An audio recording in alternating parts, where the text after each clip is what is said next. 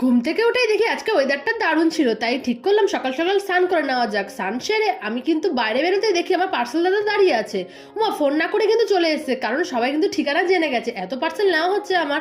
আর দেখি খুলে কি আছে, দেখি কি আমার তো নামে নেই, দেখি মার নামে আছে। মা বলছে দেখ খুলে দেখ, তোর জন্য কি একটা অর্ডার করেছিলাম। তা ভাবলাম তাহলে খোলাই যাক, কিন্তু আজকে আমার কিন্তু কাজই লাগলো না। হাতের এখন ভীষণ জোর হয়ে গেছে, তাই হাত দিয়ে টেনে টুনে ছিঁড়ে দিচ্ছি। আর সবচেয়ে জানো ভিডিওটা কে করে দিচ্ছে? তোমাদের সন্দেশ করে দিচ্ছে।